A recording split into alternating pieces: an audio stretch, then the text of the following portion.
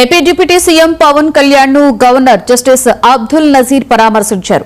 హైదరాబాద్ లోని పవన్ కళ్యాణ్ నివాసానికి వెళ్లిన గవర్నర్ ఆయన ఆరోగ్య పరిస్థితిని అడిగి తెలుసుకున్నారు. ఇటీవల ముంబైలో కుడి భుజం శస్త్రచికిత్స చేయించుకున్న పవన్ కోలుకుంటున్న తీరును విచారించారు. వైద్యుల సూచనలను పాటించి త్వరగా పూర్తి స్థాయిలో కోలుకుని మళ్లీ ప్రజాసేవలో చురుకుగా పాల్గొనాలని గవర్నర్ ఆకాంక్షించారు.